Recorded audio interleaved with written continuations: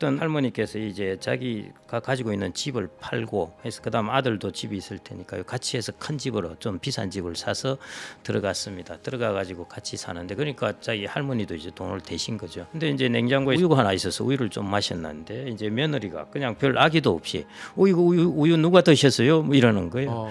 그 손주 주려고 넣어놓은 것인데 그때부터 냉장고에 뭘 마음대로 마시지를 못하겠더라는 것입니다. 이거 혹시 손주가 먹을 건가? 누가 먹을 건가? 이게 주체성입니다. 그래서 죽을 때까지 주체성을 가져야 됩니다.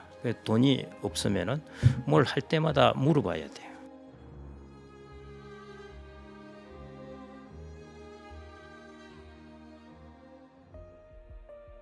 노년의 발달 그리고 돈의 문법을 바꾼다. 저자의 은사님은 8순이 되어 클래식 기타를 배우기 시작했습니다. 노년이 쇠퇴의 시기가 아니라 발달의 시기일 수 있다는 거죠. 그 길의 지도가 SOC, 선택, 최적화, 보완입니다. 그리고 노후의 돈은 세 가지 적과 싸웁니다. 세금, 인컴, 물가. 세 글자를 모으면 팁입니다. 자산을 쌓는 시대에서 소득을 만들어내는 시대로 돈의 문법 자체를 바꿔야 하는 전환점입니다.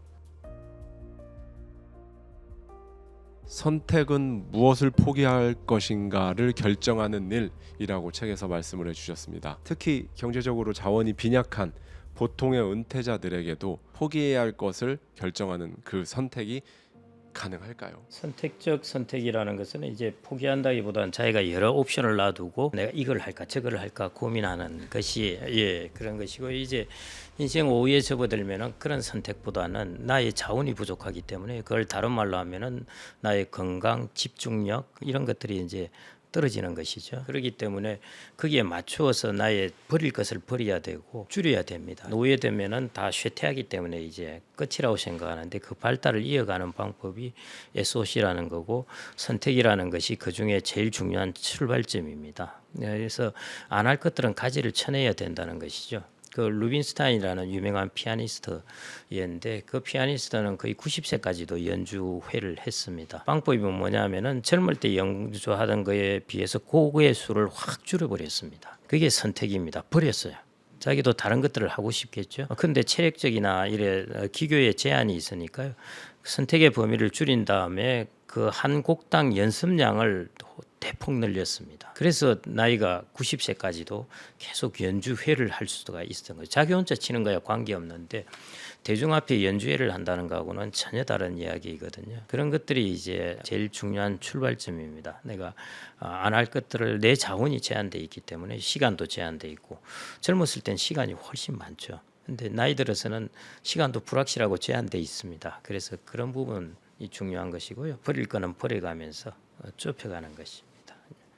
네, 책에 보면요 또 굉장히 흥미로운 부분이 나오는데요. 보완 전략을 말씀해 주시면서 AI와 기술 활용을 해야 한다라고 강조를 해주셨어요. 디지털 격차가 가장 큰 세대가 60대 이상인데 이 보완 수단으로부터 가장 멀리 떨어져 있는 사람들, 그런데 오히려 AI나 이런 것들을 활용을 잘 해야 하는 사람들, 이 역설을 어떻게 풀면 좋을지 한번 말씀해 주시면 좋을 것 같습니다. 그 보완이 이제 뭐 예를 들자면 이런 것인데 눈이 나빠진다, 잘 안 들린다, 기억력이 약해진다 이런 것인데 눈이 이제 원시가 와서 잘 안 보이면은 집에 곳곳에 돋보기를 갖다 놓으면 됩니다. 그런 것들이 이제 보완하는 것이고요. 그다음에 AI 부분에 있어서 AI는 대세예요.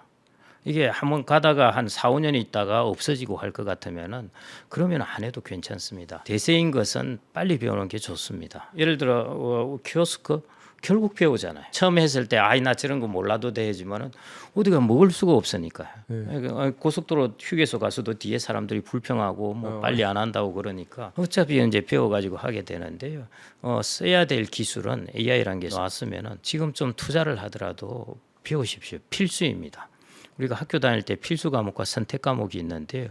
이것은 선택 과목이 아닙니다. 필수 과목이라고 생각을 하시고요. 요즘 그 유튜브에도 그렇고 문화센터나 이런 데서도 많이 가르쳐요. 게을러서 안 가는 겁니다. 혹은 아직 필요성이 덜해서 안 가는 것이고요. 거기 가서 처음에 차곡차곡 배워두십시오. 내가 투자를 해서 처음 많이 배워두면은 그 다음에 5년, 10년 그 편함의 효용, 편익이라는 것이 엄청나게 큽니다. 그래서 꼭 저는 필수 과목이라고 생각하고 배우시기를 권장드립니다. 맞습니다. 예. From asset to income, 자산에서 소득으로 라는 표현이 책에 굉장히 인상적이었는데요. 우리는 보통 평생 얼마를 모았는가로 노후 대비가 잘 됐는가를 판단해 왔는데 사고의 전환을 하는 게 실제로 좀 어려운 것 같아요. 고모님께서 보시기에는 어떠신지요? 네, 어렵죠. 그게 우리가 생애 자산 관리할 때 기관 투자자가 관리하는 거하고 다른 게요. 내가 소득을 벌 때와 소득을 벌지 않을 때 자산 관리 방법이 다른 것입니다. 그래서 내가 소득을 벌 때는 목표가 자산입니다. 젊은 사람이 돈을 벌면서 내가 월 소득 얼마를 만들까 이게 고민은 안 하고요. 뭐 몇 억을 만들까 하잖아요. 그게 젊을 땐 그렇게 합니다. 인생 5에 접어든 사람의 목표는 뭐냐면은 여기서 내가 월 얼마의 소득을 만들 수 있을까. 그렇죠. 그래서 from asset에서 이제 to income으로 가야 되는 것입니다. 월 얼마를 만들 수 있느냐. 항상 이 생각을 해서 월 확정적으로 만들 수 있는 인컴, 안정적으로 만들 수 있는 인컴, 투자적인 인컴 이런 식으로 해서 인컴 위주의 사고방식을 가져야 된다는 것입니다. 여러분들이 이제 계산을 해서 나오는 것이 제일 정확한데요. 국민연금은 다 아실 거고 언제 얼마 받는다는 걸 아실 거고 그다음에 민간의 종신연금 받으면은 종신연금도 금리 연동이긴 하지만은 대충 어느 정도 받는 걸 아실 테니까요. 그러면 이제 하나만 더 더해지면 되는데 예를 들어 내가 이제 한 4에서 5% 정도 운용 수익률이 나는 금융 자산을 갖고 있다. 그러면은 여기에서 내가 얼마의 소득을 만들어낼 수 있을까 하는 계산을요. 은퇴승수 300이라는 것을 활용하시면 됩니다. 은퇴승수 300. 예. 그래서 300을 나누시면 돼요. 그래서 1억 원 같으면은 월 33 이렇게 나오는 것이죠. 이게 물가 연동되는 국민연금과 같은 소득입니다. 그러니까 지금 33만 원이지만 내년에는 물가만큼 올라가는 소득이에요. 꾸준히. 그러면 내가 10억을 가지고 있으면은 얼마의 소득을 만들 수 있을까 하면은 그렇게 계산하시면 되는 겁니다. 은퇴 부부 가구가 되지 않는 법. 시인 도종환은 부부를 가구로 묘사했습니다. 깊은 정으로 살아가는 부부에게 따르는 소통의 부재, 90%의 편안함과 10%의 쓸쓸함. 막 은퇴한 부부는 환경의 급격한 변화를 경험합니다. 일본에선 이를 은퇴 남편 증후군이라 부르기까지 합니다. 이 파장을 줄이는 마지막 공력이 트리플 S 3공입니다. 공간, 공감, 가사 분담. 이 세 가지가 어긋나면 연옥의 마지막 관문에서 발이 묶입니다. 네, 고모님. 그 도종환님의 시처럼 부부가 가구가 되어버리는 현상을 책에서도 말씀을 해주시고 계시는데요. 침묵에 익숙해져 버린 30년 부부가 다시 좀 대화를 회복하려면 어디서부터 시작하면 좋을까요? 도종환 시인 쓴 가구를 한번 직접 읽어보십시오. 정말 저는 감탄을 하는 게 어쩜 이렇게 쓸 수가 있을까. 고모님께서 언급해주신 가구 도종환님의 시를 한번 제가 즉석에서 읽어드리겠습니다. 가구 도종환. 아내와 나는 가구처럼 자기 자리에 놓여 있다. 장롱이 그렇듯이 오래 묵은 습관들을 담은 채 각자 어두워질 때까지 앉아 일을 하고 난다. 어쩌다 내가 아내의 문을 열고 들어가면 아내의 몸에서는 삐걱하는 소리가 난다. 나는 아내의 몸속에서 무언가를 찾다가 무엇을 찾으러 왔는지 잊어버리고 돌아 나온다. 그러면 아내는 다시 아래 위가 꼭 맞는 서랍이 되어 닫힌다. 아내가 내 몸의 여닫이 문을 먼저 열어보는 일은 없다. 나는 늘 머쓱해진 채 아내를 건너다 보다 돌아앉는 일에 익숙해져 있다. 본래 가구들끼리는 말을 많이 하지 않는다. 그저 아내는 아내의 방에 놓여 있고 나는 내 자리에서 내 그림자와 함께 육중하게 어두워지고 있을 뿐이다. 진짜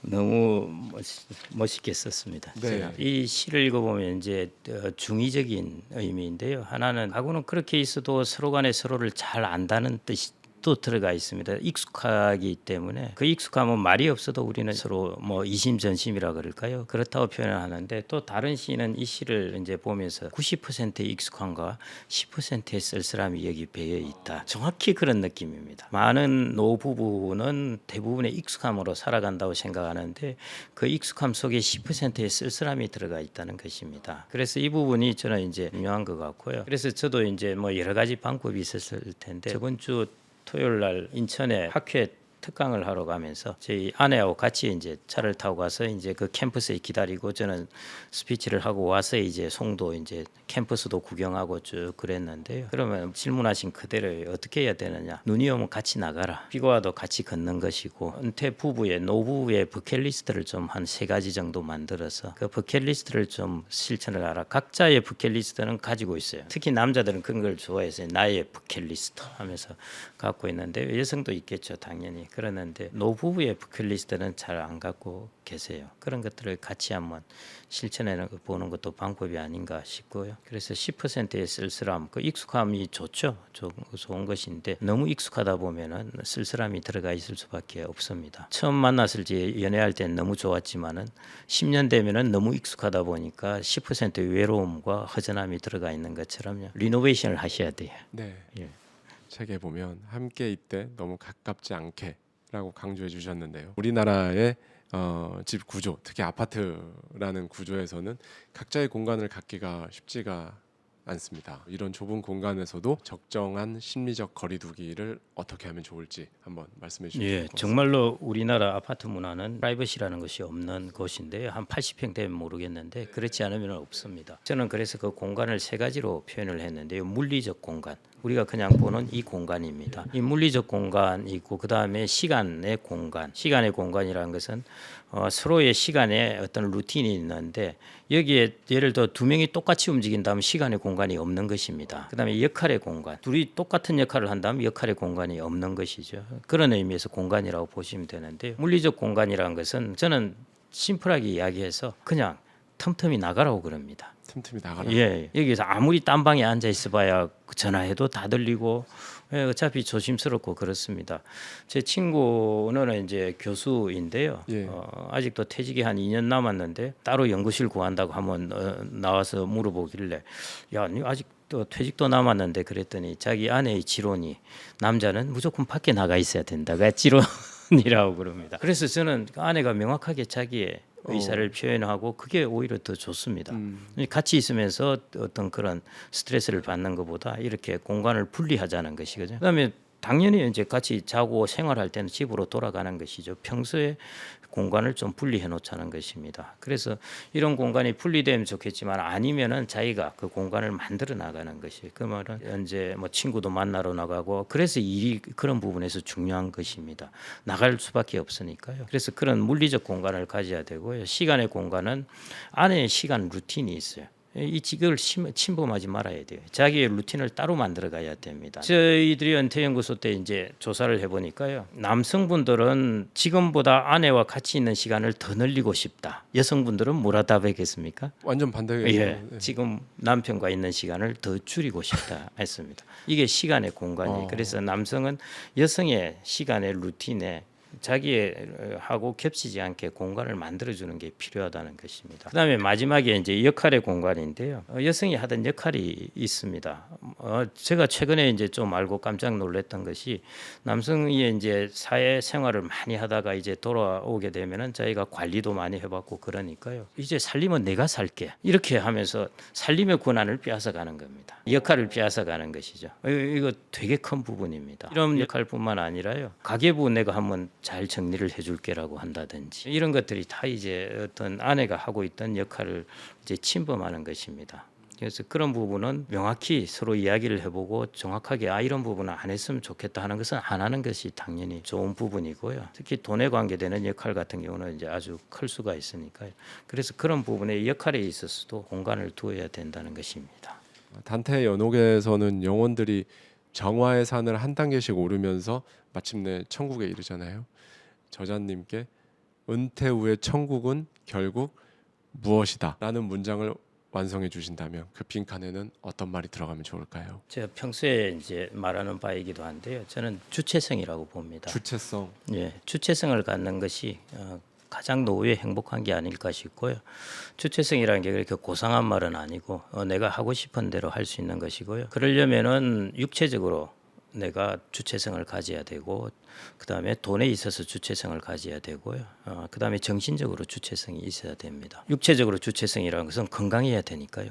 내가 갈 때마다 다른 사람의 도움을 받아서 이제 나이가 들어서 혹시 아프거나 하면은 도움을 받아서 움직여야 되는데 그러지 않고 내가 스스로 나의 발로 걸어 다니면서 움직일 수 있게 하는 거 그게 육체적인 주체성이고 돈의 주체성 중요한 거예요. 뭐 100번 말해도 당연히 아시는 거고요. 제가 황창현 신부님 쇼츠 영상을 보다가 참 와닿아서 제가 이제 말씀을 드리는데요. 어떤 할머니께서 이제 자기가 가지고 있는 집을 팔고 해서 그다음 아들도 집이 있을 테니까요. 같이 해서 큰 집으로 좀 비싼 집을 사서 들어갔습니다. 들어가 가지고 같이 사는데 그러니까 자기 할머니도 이제 돈을 대신 거죠. 근데 이제 냉장고에 우유가 하나 있어서 우유를 좀 마셨는데 이제 며느리가 그냥 별 아기도 없이 우유 누가 드셨어요? 뭐 이러는 거예요.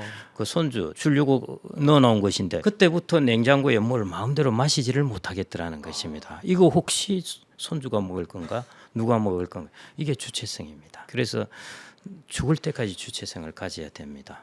돈이 없으면은 뭘 할 때마다 물어봐야 돼요. 그 다음에 이제 몸의 주체성이고요. 이게 사실은 어려운 부분입니다. 그 말은 뭐냐 하면은 나 스스로 다른 사람의 환경에 구애받지 않고 설 수 있는 정신적 능력을 갖추는 것입니다. 누가 잘 산다, 누가 자녀가 어떻게 되었더라, 뭐 조그마한 아침마다 변하는 이런 근심이나 이런 곳에 구애받지 않고 내가 살 수 있는 나의 정신적 주체성을 갖는 것. 저는 이게 나이 들어서 만들어 나가야 될 중요한 부분이 아닌가 그렇게 생각을 합니다. 예, 저는 처음에 이제 고모님께서 신간을 내셨다고 했을 때 경제적인 부분에 관한 책일 거라고 생각을 했는데 읽으면서 진짜 그게 아니라 오늘 저희가 다룬 내용은 물론 책에 있는 거에 비하면 굉장히 빙산의 일각입니다만은 전반적인 노후, 은퇴 이후에 인생의 오후의 삶을 어떻게 살면 조금 더 행복하고 현명하고 그런 시간을 보낼 수 있을지에 관한 책이더라고요. 그래서 저는 이 책을 오히려 30대 부터도 읽을 필요가 있다. 물론 4, 5, 60대도 읽어봐야겠지만 그냥 맥없이 출근과 퇴근만 반복하는 30대부터 이 책을 읽으면 좋지 않을까라는 생각도 해봤습니다. 아직 뭐 저는 40대입니다만은 너무 와닿는 부분이 많아서 책을 읽으면서도 좋았고 오늘 부모님을 직접 모시고 바로 앞에서 들으니까 더 좋았던 것 같습니다. 저희 구독자님들께서도 오늘 저와 김경록 고모님 둘이 나눈 내용이 좋았고 알아보고 싶다라고 하신다면 은퇴의 연호 이 책의 일독을 권합니다. 예, 오늘 고생 많으셨습니다. 감사합니다. 예, 감사합니다. 감사합니다. 우리는 모두 언젠가 은퇴라는 문을 통과합니다. 어떤 이는 그 문을 끝이라 부르고 어떤 이는 정화의 시작이라 부릅니다. 오늘 김경록 저자가 우리에게 건넨 것은 은퇴 후에도 발달은 계속된다는 한 줄기 희망, 그리고 그 희망을 현실로 만드는 단단한 디딤돌이었습니다. 낡은 엔진을 보링하여 출력을 되살리는 작업처럼 은퇴는 끝이 아니라 다시 시동을 거는 일이다. 연옥은 결국 통과하기 위한 시간입니다. 오늘 이 대화가 여러분이 그 길 위에서 잠시 숨을 고르고 다음 걸음의 방향을 정하는데 작은 지도가 되었기를 바랍니다. 지금까지 디아카이브, 저는 하와이 대저택이었습니다.